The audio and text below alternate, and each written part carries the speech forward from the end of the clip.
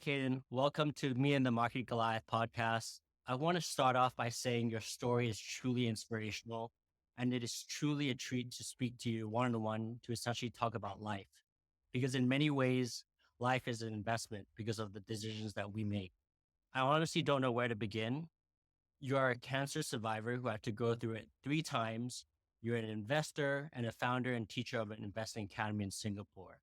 So one word came immediately to my mind to describe who you are as a person, which was resilience. I finished your autobiography in a day, The Book of Hope, and every chapter of the book was really hard to get through.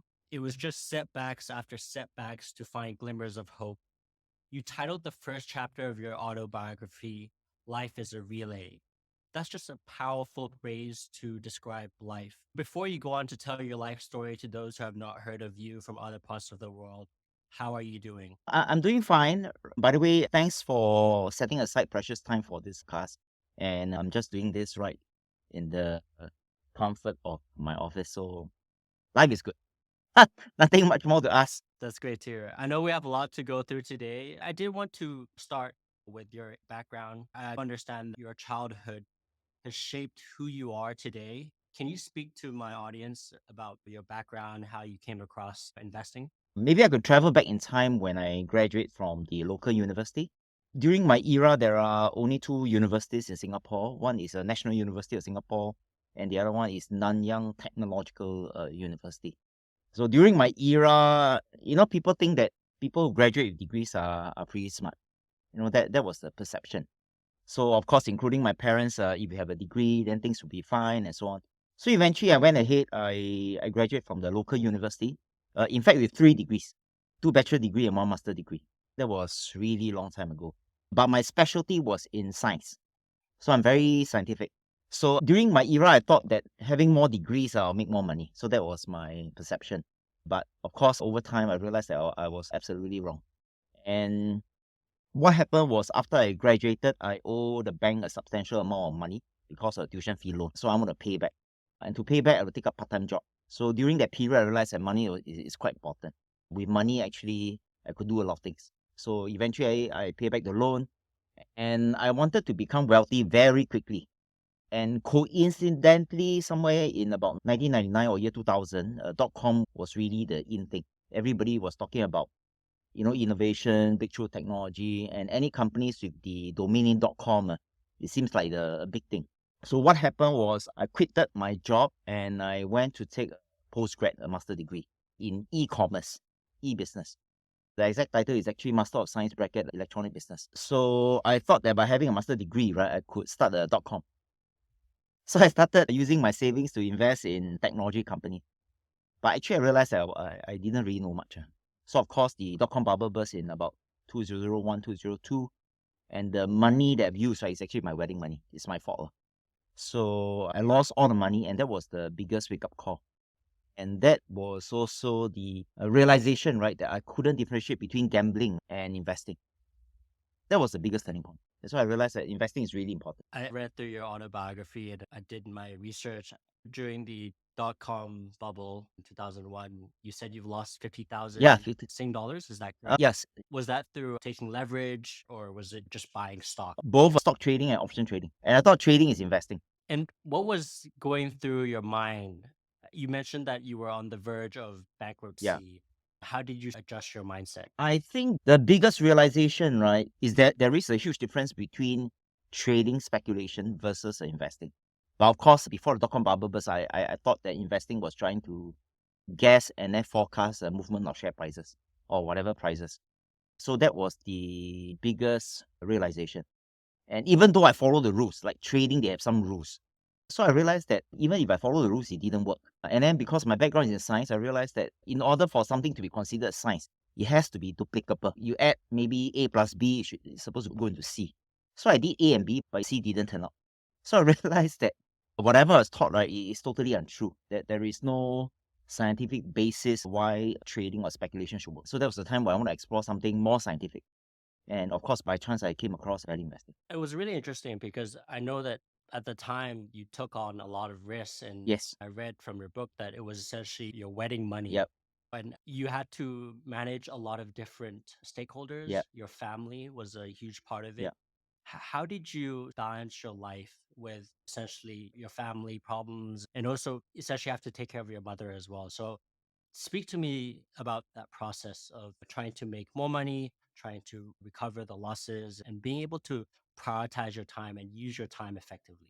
So during a time when I lost all the money, right?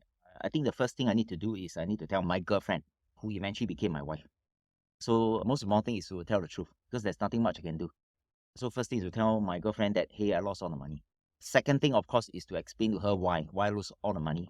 So first one is to deal with my girlfriend, who is currently my wife. And the second thing is I have to be very pragmatic, right? As in the money is already gone. So how should I deal with it? My thinking is quite simple. I like to keep things simple, right? So I realized that number one, I need to return money to my wife. Number two, I need some money, right, to learn investing. And number three, I need some money, right, to start investing again, not speculating. In fact, I don't have much choice. So what I did was I took up a part-time job. So in the daytime, I was working, and then nighttime, I was working maybe from 7 p.m. until about 11. So I did this for quite a number of years so that I could maybe double my income, right? And then a portion goes to my wife, and I pay her over time. A portion used for learning how to invest. And of course, the third part, right, is to raise money as capital for investment. Yeah. So I took up a part-time job to solve all this problem. I know that it wasn't easy because I know you were going to school at the Yeah. time and you had to work multiple jobs. It's a huge sacrifice in terms of time, and not many people have the luxury to work multiple jobs, given that assuming that you have 6 to 8 hours of sleep, but you only have 16 hours a day. When I was reading through your autobiography, you had a lot of problems. And I think what you went through made you become more resilient. Can you speak to me in terms of what you had to really go through from an emotional state of mind and being able to be calm and make practical decisions? What were you going through at the time? It's not easy, and it all depends on which episode that you're talking about. Maybe I share with you the darkest moment in my life. That was when I was doing my second degree, right? And my mom went through last stage, terminal stage, a lung cancer. The oncologist told her that she has about 3 more months to live. So that was the darkest. Because during that period, I was a student. There's hardly any income. So daytime, I was a student. Nighttime, I was working part-time to pay all my bills. And then when I came home, right, from school, I had to take care of my mom. So during that time, there's really so much things that's happening. So that is talking about time. But there is a emotional part where it's very difficult to describe because I was a caregiver and I didn't know how difficult being a caregiver was to a person, right, that's going to die. There are two parts of the equation that needs to be managed. One is my mom, who knows that she's going to die, and she behaves very emotionally every single day. And taking care of a person like that is really not easy. And the second part is my own emotion because I've never been a caregiver. I have absolutely no idea what I was doing, what am I supposed to do. And we're not talking about a day or a week or a month. Even though the oncologist said that she has about 3 months to live, she lived through, I think, about close to a year. So it was very difficult to one point of time, right? Because my mom cries every day. Every time when I came back from work, because daytime student, nighttime job, when I came back from work, the moment I put my key right into the hole of the door, she will start crying. I suppose now as I look back, she's trying to get some attention. So the moment I open the door, she will cry. And she will cry very loud. So like I say, one day maybe it's fine, 1 week it's fine, 1 month it's fine. But as the months go, unfortunately I became very frustrated with my mom. Now as I look back, yeah, frustrated. Yeah. So I was thinking, I mean, why is this happening to me, right? And there's only one point at time when I entered the house, as usual she cried. And I was so upset with her, right, that I went into my bedroom and then I slammed the door. So right now I look back, actually I really did something really bad. So I slammed the door. I was so frustrated, and I took the bolster, right, and the pillow. So I just jumped onto the bed and then take the bolster and pillow and just cover. But the more I tried to cover and then filter off the noise, the louder my mom cried. So it was maybe that couple of seconds I was thinking I couldn't take this anymore. I just want this to end. So what I did was I stood up, I walked to the window, and then I crossed one of my right leg outside the window. And half my body was inside the room, half my body was outside. Yeah, and it was that split moment I was thinking, maybe I should just end it all. Yeah, so I wrote inside the Book of Hope. Because it was really too overwhelming. It was really difficult. But life is quite strange, right? It was like half a body inside, half the body outside. And then I could feel a gust of wind.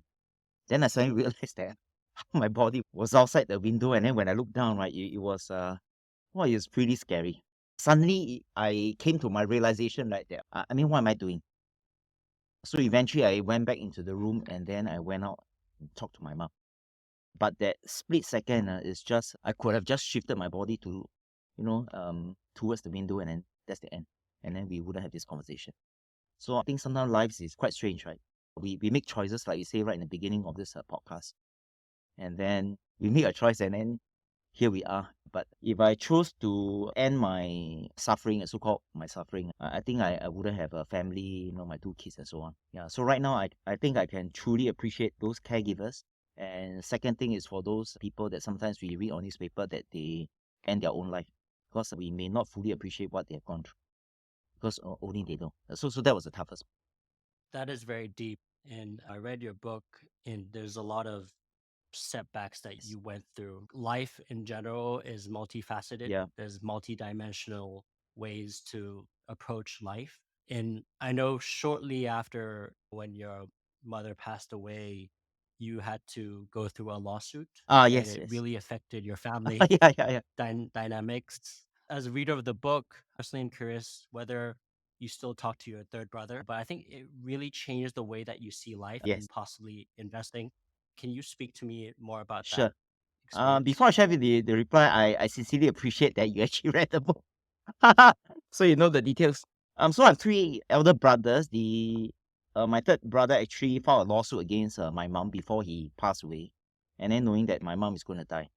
So of course, eventually my mom passed away, and he kicked me out of the house. We stay in a very small government subsidized apartment. So he kicked me out of the house, and then for 7 years I was staying outside.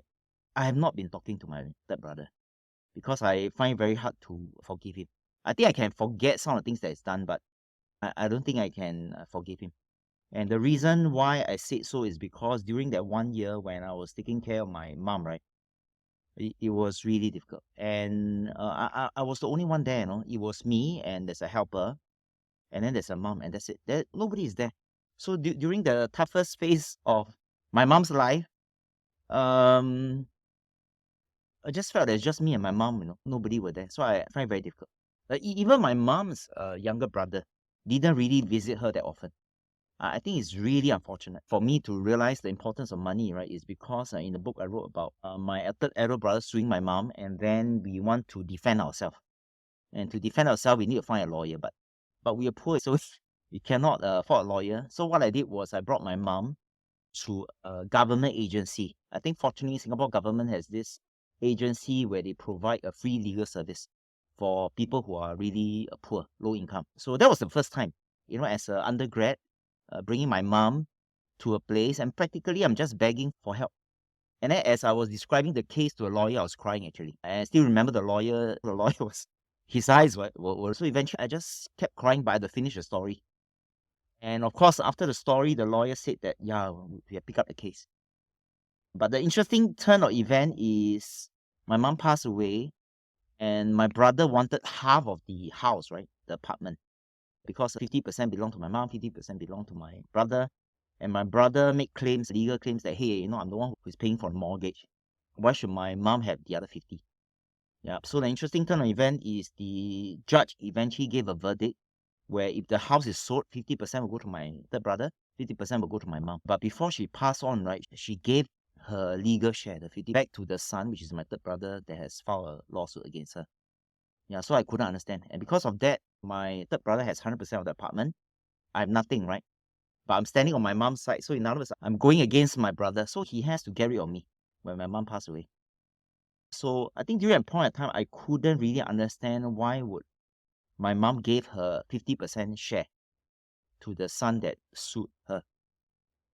And it's only decades down the road when I, become a parent myself, then I realized that maybe my mom loved her son so much that she would give anything to him if he wants it. But there's only one part of the missing equation is I do not understand why she would so-called inverted commas sacrifice me. But I'll never had the answer. But I have to reframe, right, in such a way that maybe she thinks that I could make it out on my own, even without the 50% share of the house. So I have to change my thinking so that I can move on. That was a very deep part of your book, and it was not easy for me personally to get through the chapter. But family is a huge part of our lives. Reading your book in the other extreme, your eldest brother was willing to donate his Oh, kidney yeah. to you when you Yes. were diagnosed with kidney cancer. Yes. So tell me about what you experienced and how you felt and how you saw life when you heard from your wife that your eldest brother was willing to Yes. donate his kidney if anything happened to Yeah. you. I think first thing is I didn't expect my eldest brother, three elder brothers, the eldest. I didn't expect that he would say that he would donate his kidney to me in case I need it. I didn't expect. And the irony in life is he's the least educated in their entire family. Out of the four children that my mom have, I'm the most educated. My eldest brother is the least educated. And because he's the least educated, I think the amount of money that he makes, he currently works as a taxi driver. So he make the least, he's the least educated, but interestingly, he has the biggest heart. Yeah, because my second brother didn't say he would donate his kidney. So I find it very surprising. And of course, I'm very grateful to him. So that's one. So I think the second part is moving on, right? I think I need to take care of myself because I don't think I want his kidney. Yeah, I need to take care of myself because it's my own personal responsibility. And the third thing is there's a very huge change on how I look at life, especially time. Small little things, right? Like, for example, after I was discharged from the hospital from my first episode of cancer, so if I'm walking down the street, if I look at maybe a tree, just a tree, right? I see that every day. Somehow, small little things like the swaying of the branches, maybe the movement of the leaves, small little things. Even the ant, right, crawling on the floor.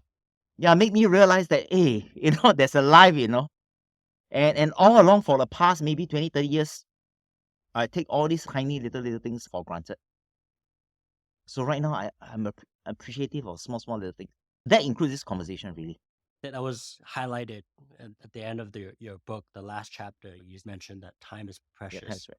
So, as a three-time cancer survivor, how do you prioritize your life and time now? I think there's one small thing that I've learned from Warren Buffett is learning how to say no. Because in my nature of the work, there's always meetings. Oh, okay, now I want to meet you, do this and do that. So in the early days before I had cancer, I would say yes to most of them. And at the end of the day, I was thinking, what am I busy with? Like I'm busy, I'm busy with donating time to other people and make other people feel good. But the post cancer is I said no to most of the things. And then in my mind, I'll make reference, right? If I could spend, let's say, 2 hours with A, is it more fruitful versus spending 2 hours with my kids? So I make some reference. So I think in terms of time management, I say no to most things. And then I stay focused on what truly matters, family and my work. This is a very debatable question. Do you think people should view time more valuable than money? Like you say, it's debatable. I think it all depends on at which point do you ask this person the question. So, for example, it is Warren Buffett, for example, he's 93 years old. If you ask him, right, I still remember during one of his interviews, he said that he has so much money that he could buy anything. He specifically said something like, but no amount of money can buy a second of time. And I realized that for Warren Buffett's context, so much wealth, age 93 is understandable because there's not much time left for him. So coming back to me, I think, at least for me, right, I'm not very sure about the rest of the audience. I think for me, time is more important. Time is more important than money. Partly, I guess, I reached a certain age where maybe per unit time, it becomes more costly, inverted commas. And for people, if they're in their 20s, maybe time is not so costly. And then they're young, to them they perceive they have more time. So I guess money is more valuable than time. And for me, time is more valuable. After what you've experienced in life, going through sickness and also being an investor, you mentioned in your book Yeah. that at one point it felt like you were on a tourist visa for 2 months. It's like getting a pass to continue to live for 2 months on a tourist visa. How do you see life and investing? Because sometimes being a successful investor, you have to think long term. Yes, yes. But because of the circumstances that you went through, there is a struggle Yeah. there. So how do you see looking at life from a long-term view and being an investor? I think there's a similarity between investing and looking at life in the long term, right? Because it's really hard to predict what's going to happen maybe at the end of today, tomorrow, the week after. It's really quite difficult. For example, every single day when I come to office, there's always something new. My staff will come in and say, hey, Cayden, there's this problem. We need to deal with it. Yeah, but I only got to know the problem today. Yeah. But if I shift my goalpost to a longer time horizon, then as I look back, so I realized that every single issue that I deal with every day is actually not that big deal. So I realized that just by shifting the time horizon, we will look at things really differently. And maybe I gave another example where I have two daughters. Right now, my elder girl, she's 15 years old. And just a couple of days ago, she showed me her result slip for the entire year. So she didn't do very well. So if I look at one day, 1 week, 1 month down the road, it's quite hard to really predict how well she will do for results. But if I look at 10 years, 20 years down the road, I guess the results actually doesn't really matter. So I think by looking at things in the long term, right, things are much easier versus trying to predict what's going to happen the next minute, a day, or a week. Thanks, Caden, for sharing with me on your view on investing long term and applying it to life. So I always ask my guests this question: what does investing mean to them? So what does investing mean to you now after what you've experienced in life? I think investing could give me quite a couple of things. I think the first one is really money. And the reason why I say money is important, right? Because as I look back, if I had more money, maybe I could hire a better lawyer to fight against the case, right, with my third brother. So that's one. If I had more money, maybe I could find the best oncologist in the world to treat my mom. Maybe she could live a couple of years longer. But again, that's my assumption. So I just felt that with more money, I can really do so much for my loved ones. Of course, during that time, it's my mom. So number one, that's more money. And the second thing is, I guess it's not the money per se, but rather what we can do with the money. For example, if I have more money, I can practically do anything that I want. For example, I can do charity work. Maybe my children wanted a pet sanctuary, take care of dogs and cats. I could do that for them. So I think more money comes with more choices. And then the last thing, right, is I think with more money, I could lobby for change.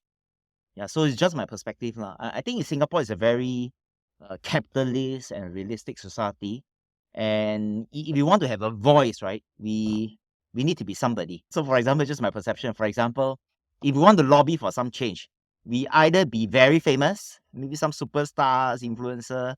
We either be very powerful, maybe we're some figure, like political figures, or maybe we are very wealthy. But if we are none of these three, right, I think it's quite difficult in a Singapore society to have a voice.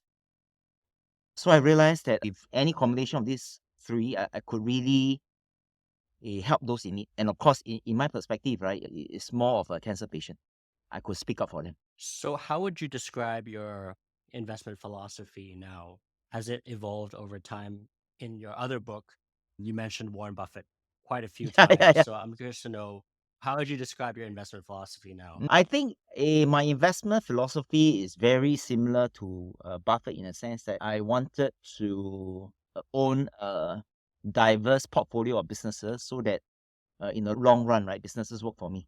Because I'm already 52 years old. Not very old, also not very young. And in Singapore, the official retirement is 63. So maybe I have 11 years to go. 11 years is actually quite short, right?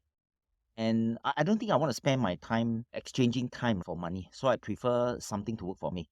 So investing suits me because if business can work for me, in a Singapore context, we don't really have to pay tax. Yeah, but if we use muscle to make money, we have to pay income tax. Yeah, capital gain not taxable in Singapore, dividends not taxable in Singapore.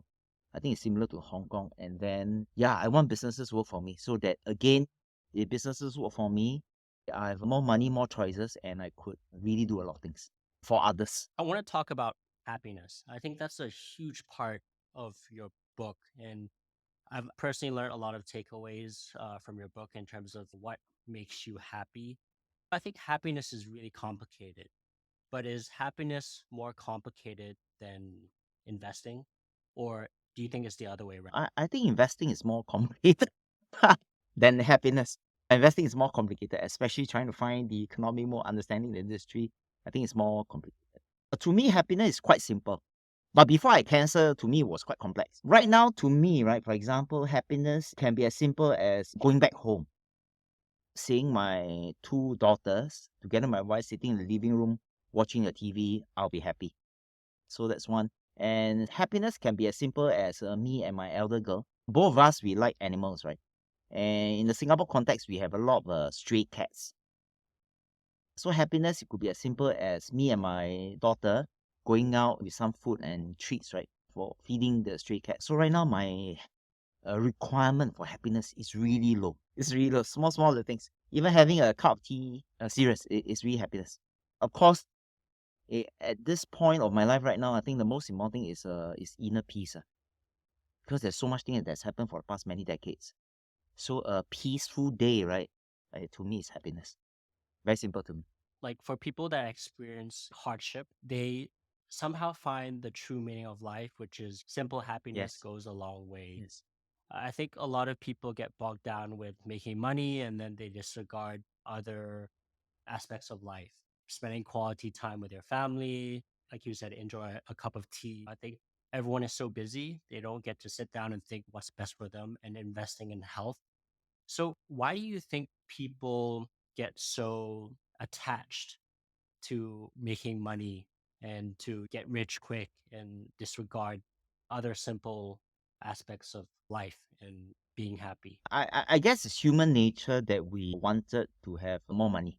I mean, I can only speak in the context of the environment here in Singapore. I mean, if we make reference, right, to the Maslow hierarchy of needs, I think money is really the basic things. For example, in Singapore, the cost of living is really high, one of the most expensive city in the world. Our GST is going to increase the next year. Our income tax is going to increase the next year. So I think in a Singapore context is everybody is trying to make more money. I think there's nothing wrong with that. But the tricky thing is how to balance, like when should we stop? When is enough? I think this is quite difficult. Yeah. So usually, like for example, if I could make 100K per year, it's natural human instinct, right? Let's try 200. Let's try 250. But I guess when that individual reach across a certain milestone, right, in terms of financial wealth, I guess a further increase in their wealth will not increase happiness. So I guess before we reach that stage, it's always a strong pursuit of that financial goals. I think it's just human nature. I agree with you. I think it's human nature. It's like, when do you find the balance? Yeah. When do you find that you have enough money? I Yes. think it's really hard to answer. Yeah. And I've refrained myself from judging people how they should prioritize their time and their money because I do believe everyone's playing a different game. Yes. And I think that it's not easy for me as an outsider to judge because maybe they have a lot of burdens, social burdens. I think you mentioned in your book that, it's easy to judge people from the cover, but you don't know like what they're going Yeah. through in their life. Maybe their parents are going through a terminal illness and they have to take care of parents. So I'd refrain myself from judging other people in terms of how they utilize their time. I wanted to shift gears to talk about the world investing. I know Sure. you've met a lot of investors, but it does relate to living life. I often find the world's greatest investors having a great sense of humility, which makes them partly successful today. And it may be due to the fact that they have a difficult life or they went through some sort of hardship. For example, not a lot of people know that Charlie Munger had a son who died Yeah. of leukemia, and it was a devastating life stage for Charlie, which actually happened when he was relatively young. Charlie Munger is also blind in one eye. Yeah. I'm not sure if a lot of people know this. And to name a few other world's greatest investors, Ray Dalio actually lost his son in a car crash, and Otto Vandenberg, founder of Century Management, who almost didn't survive Holocaust. He's also featured as the world's 99's greatest investors in the world. Do you think people need to experience some sort of setback or life adversity to become a better person or an investor or even a family member? I think so. I guess each of us have to go through some form of difficulties, inverted commas, sufferings, setback before we become a better person. And to me, I think it's a good thing because the moment you go through hardship, I think it uh, builds mental muscles. So the next time when hardship comes, you treat it like, I think it's okay. And in life, I think things gets more and more difficult. Going back to your question, I think it's important for us to go through some difficulties in life so that we become more resilient and prepare ourselves for the next more difficult challenge. do you perceive loss, aversion, or risk differently after what you've experienced in life? Because you've experienced so many things, right? Maybe you see risk completely different. Maybe you're more willing to lose a bit more money in the stock market because you value your time, for Okay. example. So, how do you perceive risk? In fact, if I compare before I lose the money and after I lose money, in fact, I'm more risk adverse. And now I become ultra sensitive to losing money. So I still remember I was watching this video and the person featured was Joel Greenblatt. He was saying, of course, value investing is trying to protect the capital, is to reduce the risk. And he said one thing that sticks inside my head. It's something that I knew, but he paraphrased it in a different way. He said something like, if we are able to invest and if we are able to protect the capital and prevent it from losing money, all other options will be good. Oh, I was thinking I didn't see it that way. And he phrased it in a very interesting way. So back to the question, right? I think I become more sensitive to losing money as before. Previously was okay, and I just whack 10,000, right? Right now, even the $1,000 means a lot, so I have to be very careful. And maybe partly right now I become much older. So if I exaggerate a bit, if let's say I'm 70 years old, I'll become even more careful. Because once I lose all the money that I've made for the past many years, there is no time for me to make it back. So I realize that as I grow older, I become more risk averse. Can you give me more specific details? Because I'm curious to know, do you approach life the same way as investing? Are there areas in your life, how you manage your day, that's very similar to investing? Maybe being disciplined is one. So, how do you approach life? Is it similar to the way that you invest now? Maybe I can share one specific aspect, right, which is a bit different from investing, right? For example, running my company. My company in Singapore is really small. I only have 11 full-time staff, 10 in Singapore and 1 in Philippines. So investing, I'm extremely careful. But in running business, I'm also careful. But I always set aside a sum of money, right, from my retained earnings, in which I'm willing to take some calculated risk. So when I say calculated risk is, for example, I'm always looking forward to doing something new. For example, right now I'm building an app. Yeah, so building an app is really costly. Yeah, so I have this sum of money. Either I do it or I don't. So I ask myself, 10 years down the road, if I don't, most likely I'll regret it. So I will do it. But I already designated a sum of money. So in case I lose it, I only lose that sum. So there's a bit of portfolio allocation in the sense. As I buying a stock, right? If I mess up, I only lose that X%. So in terms of running my company, I take more risk versus my investing, personal portfolio. That's so interesting because I've spoken to a lot of people or entrepreneurs or founder of companies. They actually sometimes approach life the same way as investing because it's hard to think differently because you have a mode of thinking, you have a inner mental model that you approach, and it's hard to segregate or to separate things. Like, for example, when I look at my family, I think when they run a business, if they're very emotional, they will be emotional when they make decisions. So it's very unique in terms of how you perceive investing in the stock market and how you run a business. So you've met many of your investment Yes, idols, successful business yes, individuals, book authors, just to name a few: Sir Richard Branson, Mary Buffett, former daughter-in-law of Warren Buffett, Lauren Templeton, niece of Sir John yeah, Templeton, Robert Kiyosaki. One of the books I've yeah. read is Rich Dad, Poor Dad.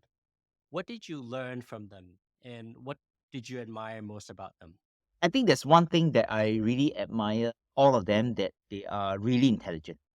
So that's one. The second thing is, I guess it's also partly because of the age and the exposure that they have dealing with people and so on. I find that they are not only they're smart, they are mature and they have a lot of wisdom. Some people are smart but lack wisdom, so they have a lot of wisdom.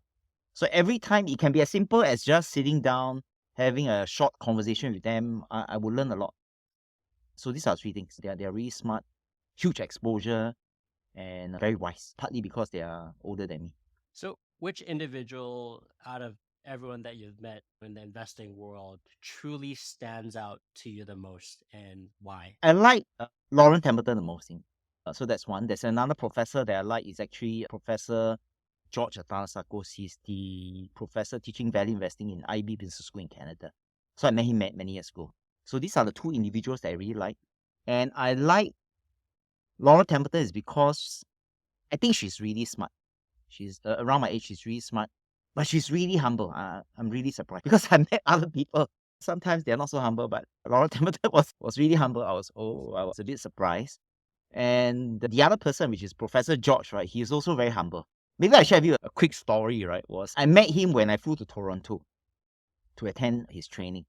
So I'm a bit thick-skinned. So I sent an email to him. I say, Professor George, is it okay I do an interview, like this and so on? So he said yes. So I rented the room. I had my camera set up. And in the early days, I was a bit naive, right? So I brought a Sony camcorder, a simple mic. I only got one microphone, so it's passed to me, to him, ask a question, pass it to him, and so on. So what I did was the interview was completed after 40 minutes. And then he went off. He left the room. He went to the elevator. And then I went to my camcorder. And then I looked back. I was thinking, I forgot to press the record button. So I pressed, oh my goodness, why do I make such a silly mistake? So I rushed to the elevator. So I was thinking, how am I going to say this, right? I say, Professor George, I need to tell you one thing. Then he looked at me. So I say, Professor George, sorry, I forgot to press the record button. Is it okay we can do this all over again? Now, surprisingly, Professor George didn't get upset. He would say, yeah, sure. So I was thinking, why? And then along the way, as we were walking back to the room, he said, oh, that happened to me once. So he could understand how he feels. Wow, so I was really grateful. So he came down, but this time around, I went and pressed the record button, and Professor George asked me, Cayden, you're sure you pressed the record button? If you don't mind, can you just check one more time? I went back to check. I see it's recording. So I started again to interview. But this time around, I felt so guilty that I shortened the interview. And then when the interview was over, Professor George asked me, Cayden, I noticed that you skipped some questions. Why do you skip the question? I said, because I felt so bad taking up so much of the time. Then he said, it's okay. You can always ask. I said, it's okay. I'm really thankful. And interestingly, after that second interview, a recorded interview, Professor George said, Cayden, is it okay for you to join me for a meal, dinner? I was quite surprised. I thought I'd screw up. And he asked me for a meal. And then what he did was he asked his wife to come along. So we actually went into one of the restaurants, just me, Professor George and his wife. And then we really have a very nice conversation. Because it's like me, right, talking to a prof. Oh, what am I going to say? I'll be very careful with words and so on. But he's such a nice guy that he made me feel very comfortable. So I find both Lauren Templeton and Professor George, they are really humble. They make me feel like I'm okay. So I really like both of them. As a podcast host, I think I'm also exposed to that sort of era where, I'll forget to press the record button. Are you recording right now? Yes, I am. I am recording. Yes, I'm recording. Just kidding. I did my homework. We invited founder and CEO of Seven Investing, Simon Erickson, in this podcast episode and episode 23 to share with us what Seven Investing is all about, as well as his knowledge on investing in innovative companies. So we partnered up with Seven Investing, which you can support my podcast, Me and the Market Goliath, today by signing up to Seven Investing's annual newsletter subscription. By signing up, you will receive their 7 highly recommended stock picks per month, research reports, video deep dives from their lead advisors, and monthly subscriber calls, including all of their previous stock picks and exclusive access to their members-only community forums. You can use promo code Goliath to enjoy $100 off on their annual membership subscription for just $199. So maximize your market intelligence with Seven Investing's newsletter service and lead advisor insights today. Not a lot of people get the chance to speak to the world's greatest investors, and I think it's such a luxury, Yeah. even for me, being able to speak to you about your life experience and to learn from other people that are more intelligent than I am. I think it's just a wonderful opportunity to grow as a human being. I know you started Value Investing Academy back in 2010. Yeah. I know that it was a tough time for you because that was when you found out that you were diagnosed Yes. stage 4 cancer. Yes.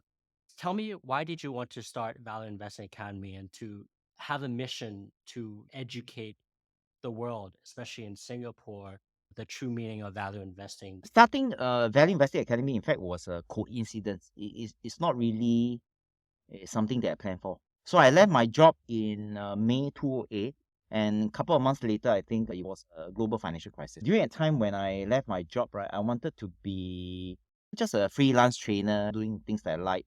And my topic that I talk about is predominantly a psychological tool called neuro-linguistic programming. So that's how I got started off. And after the global financial crisis was over, I realized that in my social circle of friends, there are people who lose their jobs. So that's one. And then they do not have any backup plan because salary was their only pipeline. So once they lose the pipeline, that's it. And then the second thing, right, is I realized that after the crisis, there are also people who lose money because of the stocks that they purchased. And then I realized that, in fact, most people do not know how to invest. So it's also by chance, I saw one of my ex-subordinates.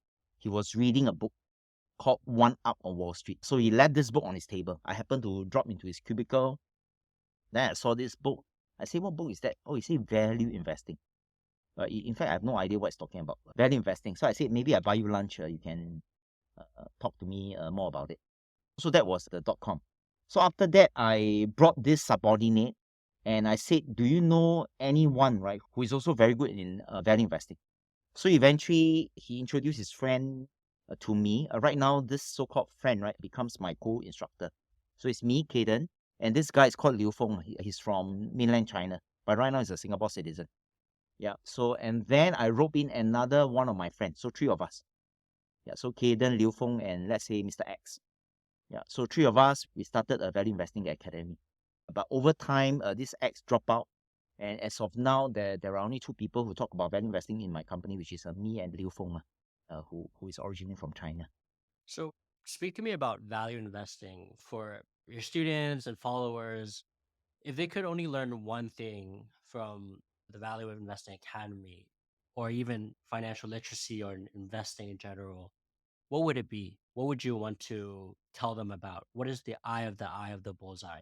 The key of the key thing, right, is really be able to differentiate between speculation and investing. In Singapore, there are many people who buy stocks, but they couldn't differentiate between the two.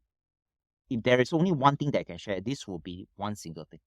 If they couldn't differentiate, there's nothing I can talk about investing. They must be able to differentiate between these. And how would you be able to help them differentiate between these two? It's quite easy, right? I can use, let's say, an analogy. For example, if I take a coin and then I ask them, if I toss this coin 10 times, you will either land a head or a tail.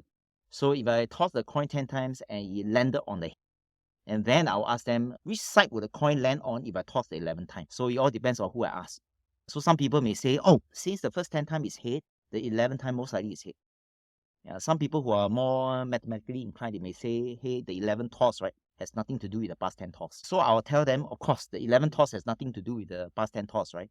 But if that's the case, why would the share price in the past be able to be used to predict the future, since the past cannot be used to predict the future? So usually I use the coin analogy to explain.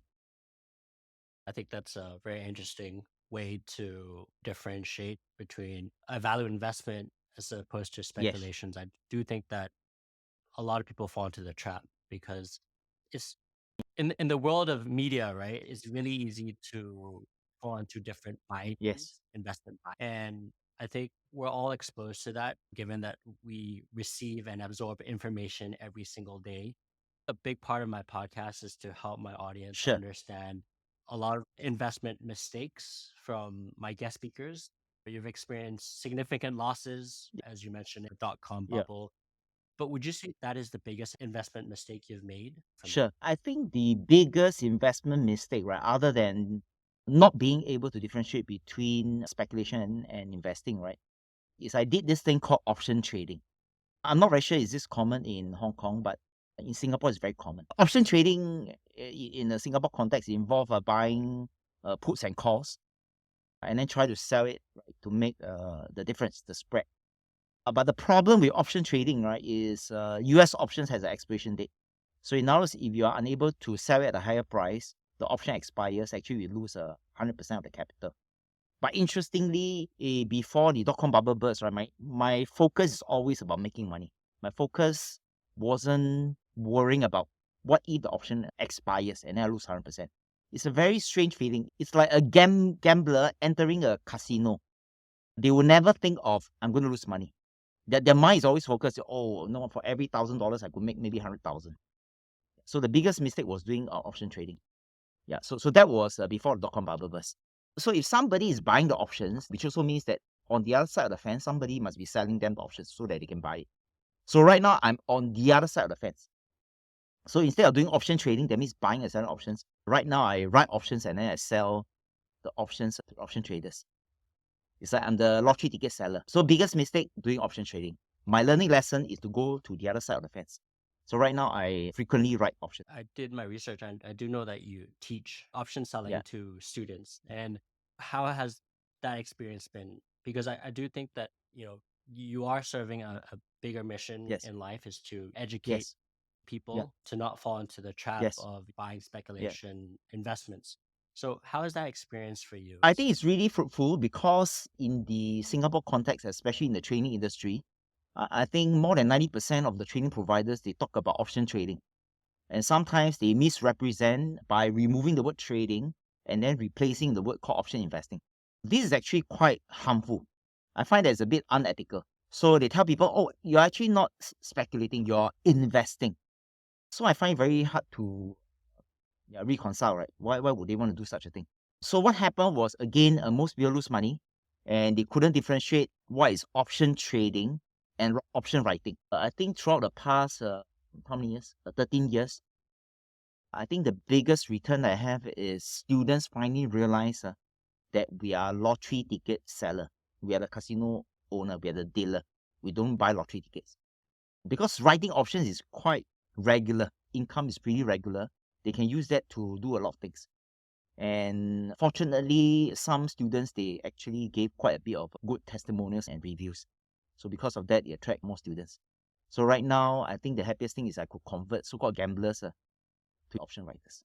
I don't want to take up too much of your time. You really covered all the questions that I've asked, and it's been so insightful. But I do want my listeners to find more information about you and to really get to know you, given that you're such a resilient person. Thank So, how can my audience find more information about you and also find two of your books, The Book of Hope, as well as Value Investing Simplified? If they want to know more about what I do, they can always visit my company's website, which is www.valueinvestingacademy.com. So that's one. Then for the Book of Hope, unfortunately, I'm not really selling. I don't even list it in Amazon, so that's my fault, right?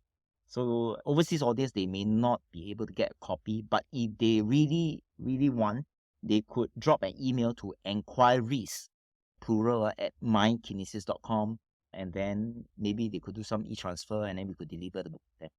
And if they want the other book, right, about value investing, they can visit www.valueinvestingsimplifiedbook.com. They could just grab a copy. It's pretty affordable. Brilliant. Thank you so much, Thank you so much. Cayden. It's such a wonderful opportunity to have you talk to me one on one. It's such a privilege because I know you attend a lot of big events and to really sit down and have a conversation about life, your mistakes, essentially. I think that's a very profound discussion in terms of how can other people learn from loss and learn from becoming a more meaningful person in life. I think that's one of the big takeaways that I got from this podcast interview. So, Cayden, thank you so much. Thank And that you. really concludes the podcast interview. All I hope is that you live a healthy and happy life. Thank And you.